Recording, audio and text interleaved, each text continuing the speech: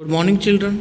आज हम plus two class English subject के जो फ्लेमिंगो बुक है उसका सेकंड चैप्टर लॉस्ट सफरिंग वो करने जा रहे हैं, रीड करने जा रहे हैं उसको।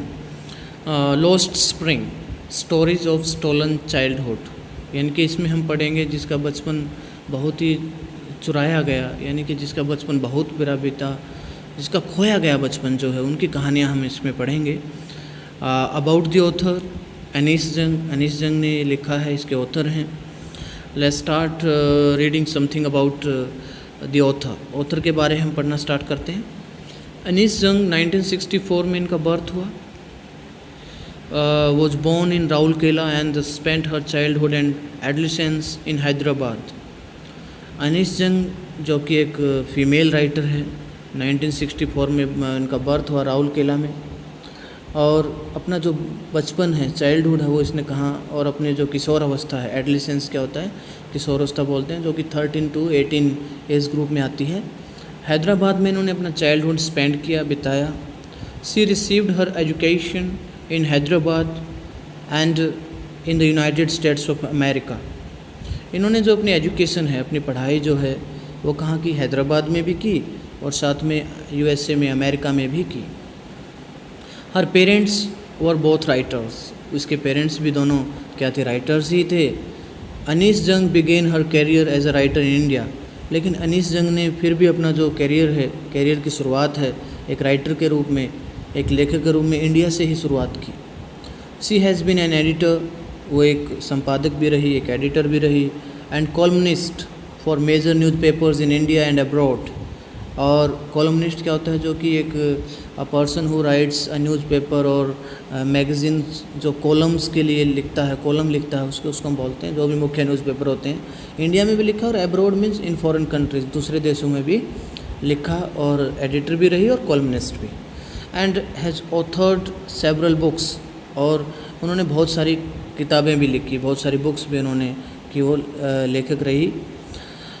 The following is an excerpt from her book titled Lost Spring Stories of Stolen Childhood। और जो ये फॉलोइंग मीन्स जो ये अब हम चैप्टर स्टडी करने जा रहे हैं, रीड करने जा रहे हैं, ये क्या है, एक्सेप्ट क्या होता है, पार्ट, एक उसका हिस्सा है। फ्रॉम हर बुक, बहुत ही बड़ी बुक लिखी है उसने, लॉस्ट स्प्रिंग, जिनके बहुत ही मतलब क्या है, जिसकी बसंत यानी खुशहाल दिन जिसके खोए गए। स्टोरीज ऑफ स्टोलन चाइल्डहुड, यानी कि खोया हुआ बचपन की जो कहानियाँ हैं वो। Here she analyses the grinding poverty and traditions which condemn the children to a life of exploitation. क्या है यहाँ पर हम सी एनालाइजेज, वो एनालाइज क्या होता है, विश्लेषण करना, डिस्क्राइब्स करना। The grinding poverty, grinding mean बहुत ज़्यादा गरीबी की बातें करती है वो। एंड ट्रेडिशन, जो भी रीति रिवाज हैं उनके बारे में बताती है। विच कंडेम, जिसके कारण जो बच्चे हैं वो सजा पाते हैं। To a life of exploitation, जिससे एक शोषण की ज़िंदगी वो उनको जीनी पड़ती है। So now we start reading of the chapter from the first sentence. See sentence देखिए, sometimes I find a rupee in the garbage. देखो कितना बड़ा सेंटेंस है अपने आप में ये, कि कई बार तो ना मुझे क्या है, गार्बेज होता है मलबा, जो भी कूड़ा करकट का ढेर होता है उसको बोलते हैं, store house of waste material, ठीक है।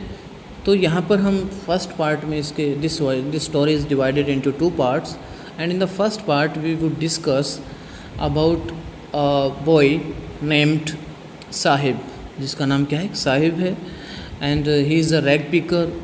वो एक रैग पिकर है, यानी कि कूड़ा करकट उठाने वाला है, और बड़ी he is living in utter poverty, बहुत ही गरीबी में रह रहा है।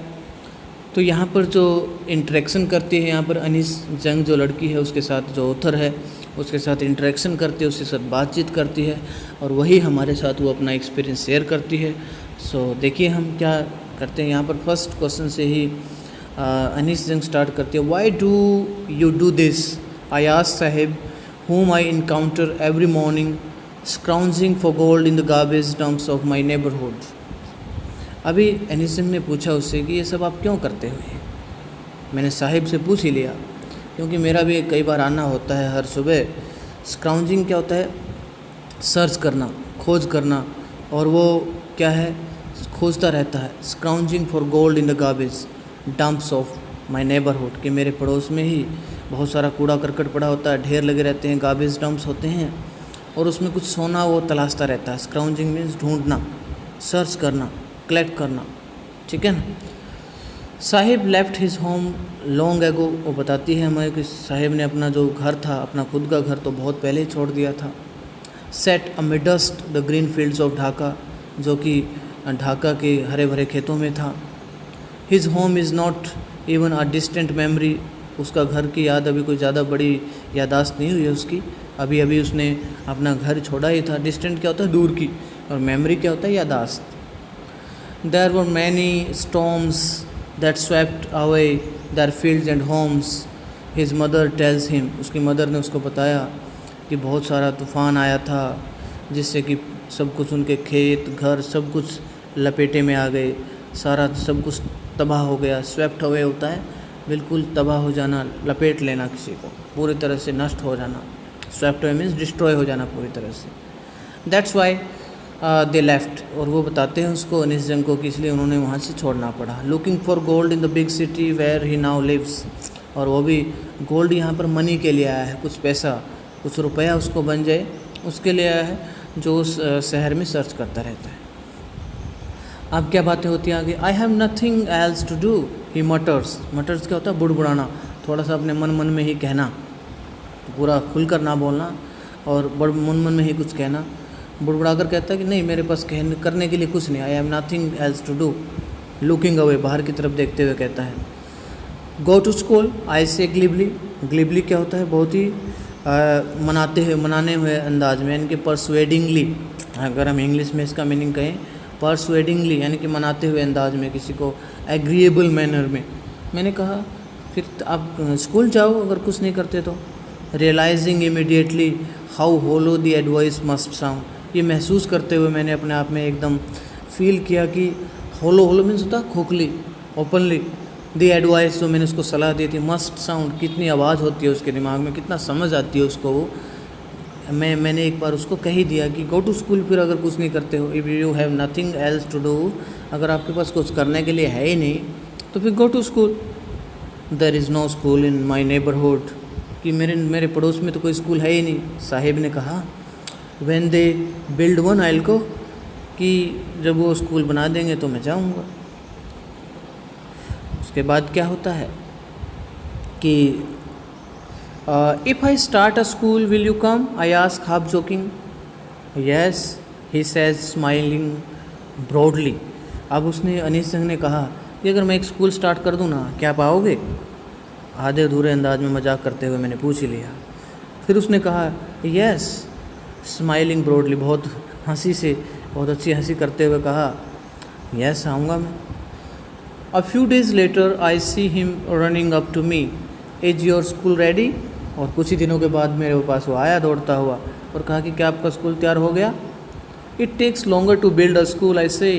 मैंने कहा भाई स्कूल बनने में थोड़ा टाइम तो लगता है, थोड़ा ज़्यादा टाइम लगता है उसमें।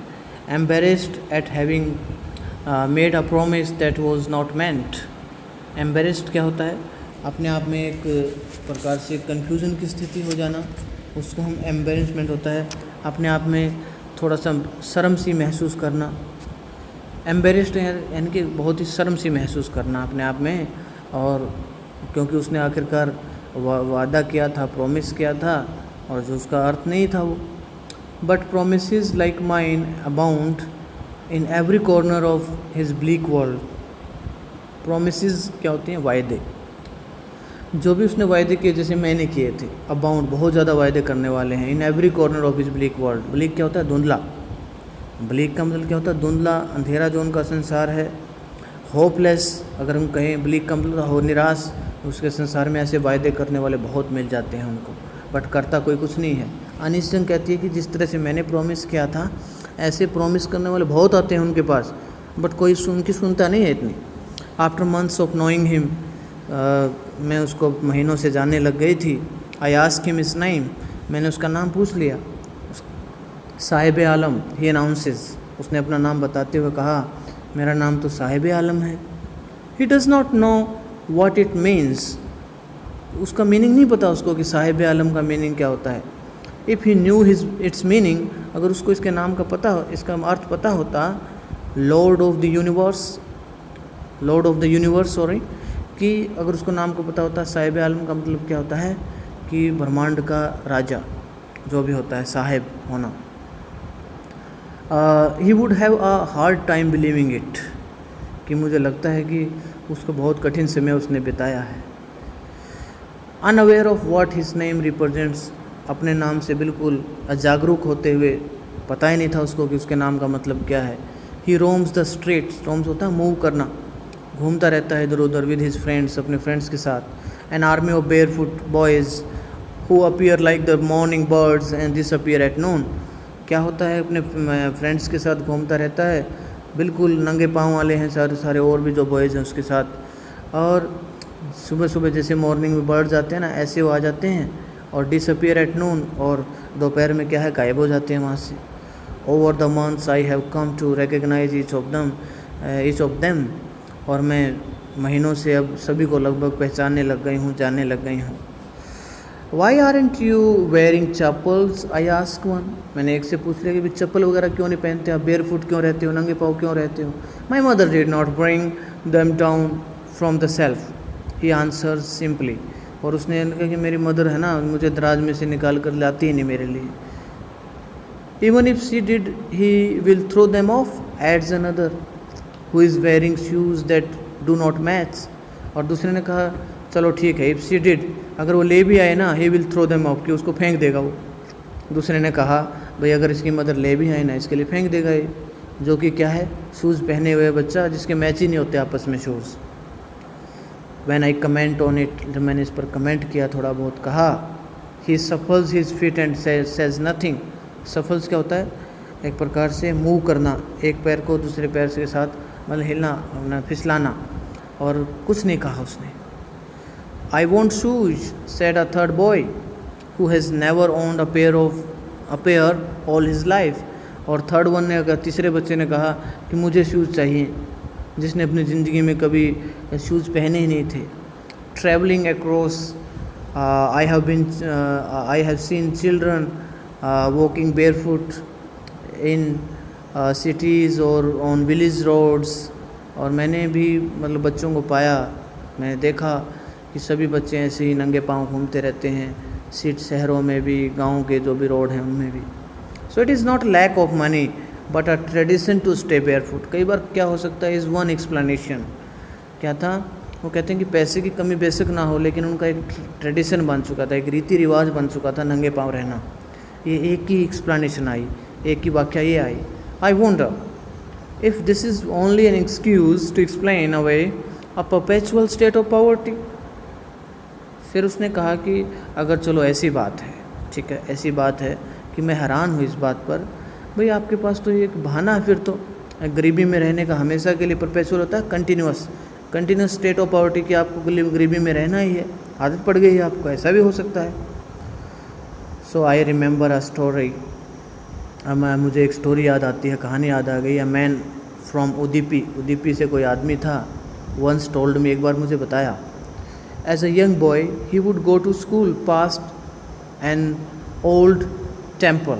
उसने बताया कि मैं जब छोटा लड़का था तो एक मैं पास के ही मंदिर में जाता था, where his father was a priest, जहाँ पर उसके फादर जो थे एक पुजारी थे। He would stop briefly at the temple, वो मुझे मंदिर में है ना रोक लिया मुझे थोड़ी देर के लिए, and pray for a pair of shoes, और एक जूतों की जोड़ी के लिए वो प्रार्थना करने लग गया। 30 years लेटर, 30 साल के बाद क्या हुआ, आई विजिटेड हिज टाउन, कि मैंने है ना उसके कस्बे में जाकर देखा, एंड द टेम्पल, और उस मंदिर में जाकर देखा, which was now drowned in an air of desolation. अब क्या हो गया था कि बहुत ही, डेसोल्यूशन क्या होता है, बहुत ही ज़्यादा मतलब क्या है, बर्बाद हो जाना, विनाश हो जाना। तो अब वो क्या है, वही गांव भी और वो मंदिर भी अब क्या है, वो तबाह हो गए थे, जल गए थे वो, इस प्रकार से मतलब उसमें कुछ नहीं रहा था। मैंने 30 साल के बाद जाकर देखा उसी गांव में। और अब क्या हुआ, इन द बैकयार्ड, और और पीछे आंगन में ना where lived the new priest, जहाँ नया पुजारी रहता था, there were red and white plastic chair, वहाँ पर लाल और सफ़ेद रंग की प्लास्टिक चेयर वगैरह थी वहाँ। अ young boy dressed in a grey uniform, वहाँ पर एक छोटा सा लड़का भी बैठा हुआ था जो कि ग्रे कलर की यूनिफॉर्म में बैठा हुआ था, ड्रेस में बैठा हुआ था। वेयरिंग सॉक्स एंड शूज़, जो कि जूते और जराब भी पहने हुए था। अराइव्ड पेंटिंग, और वो बहुत ज़ोर ज़ोर से सांस लेते हुए मेरे पास पहुंचा। And through his school bag on a folding bed, और उसने फोल्डिंग बेड पर अपना स्कूल का बैग फेंक दिया। लुकिंग एट द बॉय, उस लड़के की तरफ देखते हुए, आई रिमेंबर्ड द प्रेयर, मुझे वो प्रार्थना याद आ गई। Another boy had made to the goddess, जिसने दूसरे लड़के ने अपनी देवी से प्रार्थना की थी। When he had finally got a pair of shoes, जिसने वास्तव में जूतों की जोड़ी प्राप्त हो गई थी। Let me never loose them, कि मुझे है ना किसी को मतलब क्या है अभी इसको खोए ना मेरे पास से कभी, कि मेरे पास से कभी ना खोए।